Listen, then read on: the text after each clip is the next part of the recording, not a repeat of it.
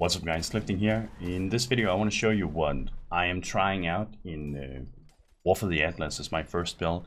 I played Dark Pact recently on a Slayer and then it was nerfed a bit, but I still had that taste for Dark Pact. So the way it was nerfed was that they made it so that you gain less radius and less damage if you cast Dark Pact on your own health pool. So it's not as efficient as stacking health anymore if you wanted to get radius and damage right. So another way I wanted to try and scale the damage here, which is what I think Dark Pact was originally intended to, but who knows. But that is to use skeletons and then base it on that, because skeleton and totems, those were not nerfed. So if your skeletons have a decent amount of life, or your totems, or you want the area of effect, etc., then you can use that. And that's what I'm trying to do here. So right now I'm playing this hybrid summoner Dark Pact type of thing, and it gives me that weird type of gameplay where you feel like you're playing a summoner actually, but you have that direct control of also dealing damage yourself, which is kind of interesting, but it also makes up for this very active type of gameplay where you like, I have to use my convocation, I'm using my flesh offering, I'm using my skeletons to spawn them, because when you spawn your skeletons, that's where your Dark Pact will be shooting over. You can see that there, right? I'm casting the new Despair Curse, and I have Vol Summon Skeletons on top of it, because Vol Summon Skeletons works together with Dark Pact, and thus leaves a lot of targets up for you to aim at. And that's going to be especially fun once I unlock my newest Ascendancy or next Ascendancy, Beacon of Corruption. With Beacon of Corruption, it will also be so that my minions spread Caustic Cloud on death, killing 10% of their life as chaos damage. And I think that will make up for some fun interactions together with this setup. Yeah, I was considering using it together with minion instability too, but I don't want to risk my Spectres dying, because they well, get capped at 33% of their max life. And so the core idea of this was to take Dark Pact, scale minion life. The more minion life, the more life your skeletons has, and the more damage your Dark Pact is then going to deal based on that. So to get minion life, to get minion power, while building it as both a summoner and a Dark Pact caster, I went for the Necromancer. And for the Necromancer, I'll be using Mistress of Sacrifice, so that my offerings also work on me. This will mean that when I cast my Flesh offering, I will also get the attack, cast, and movement speed, kind of like a very powerful onslaught effect, right? There's also always Bone Offering, of course, for that very nice block that it can give. So that means that when I'm playing the Necromancer, I get a ton of minion damage too. The thing is, minion damage doesn't really do anything for Dark Pact, even though it's now categorized as a minion gem. I was very curious about that. I talked a bit about that in the patch notes overview. If minion damage would now give you more damage on your Dark Pact, which we couldn't really agree on. There were some people who were very adamant about it working, but as it turns out, that does not work.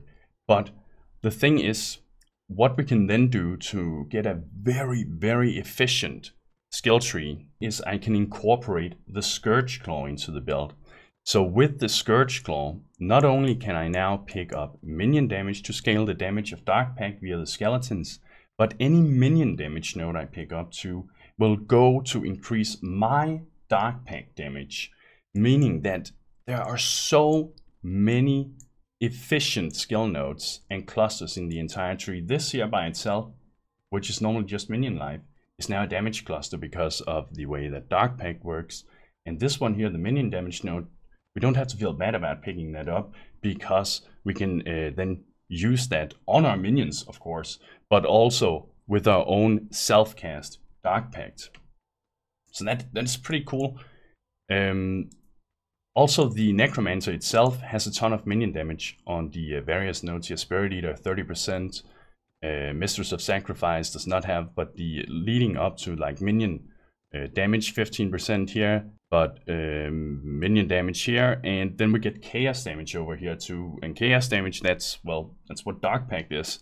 So by going Necromancer and trying to use it with the Scourge Claw here and scaling it via minion life, you get a super efficient skill tree. On top of that, I'm also getting a bit of the area nodes and such, but that's pretty generic and doesn't really require too much explanation.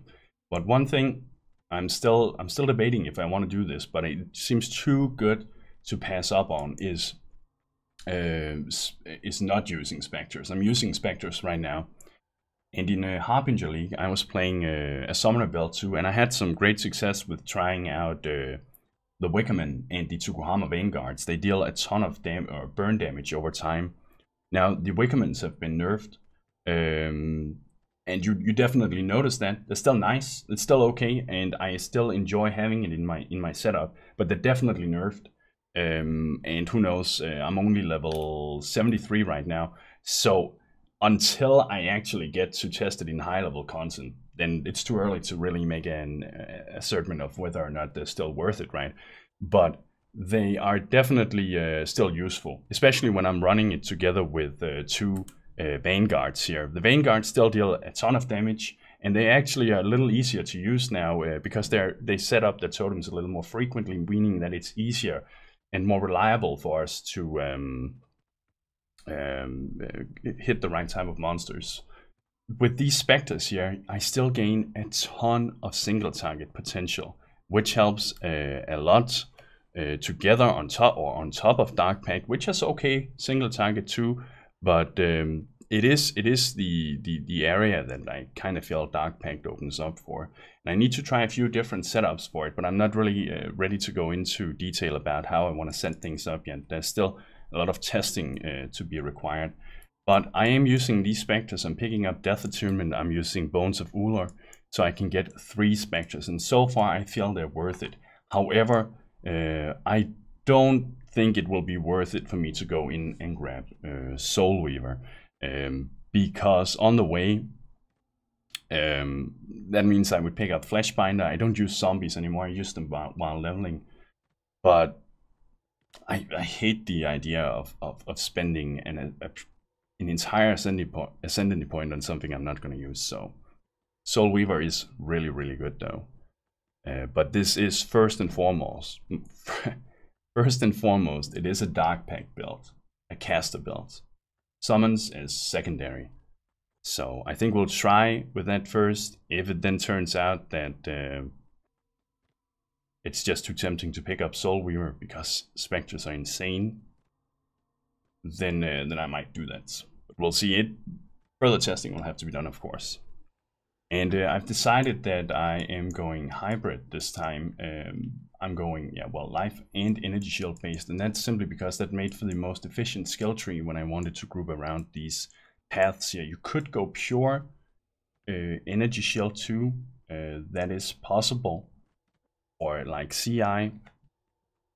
And I actually think that way you may not risk dealing damage to yourself when there's no minions, but you won't get the bonus either. That is something I want to test out. But I found this to be the most efficient way of setting it up there. Sorry, I got sidetracked now. I got curious about that. And now I've completely forgot when I got sidetracked again now. What is it that I want to say? No retakes here. No retakes. Okay, we're gonna do a retake. Oh yeah, the last thing I wanted to mention was that I will also be able to use Elemental Equilibrium with this setup. The important thing is that I just need my Dark Pact, and I haven't gotten it to that yet. But where my Dark Pact, I need a dagger or whatever piece of item that gives lightning damage to spells or cold damage to spells. So when I cast my Dark Pact, they will become, they'll get resistance to that element, but they will become so much weaker against the other elements. And that's going to make it so nice for our Spectres. Now, I'm only using Skeleton Warriors right now, right? So what they deal in damage is like regular melee fists.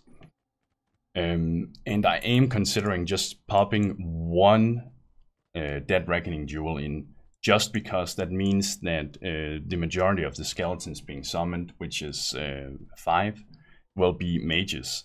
And the mages, they will have a better synergy together with elemental equilibrium, right?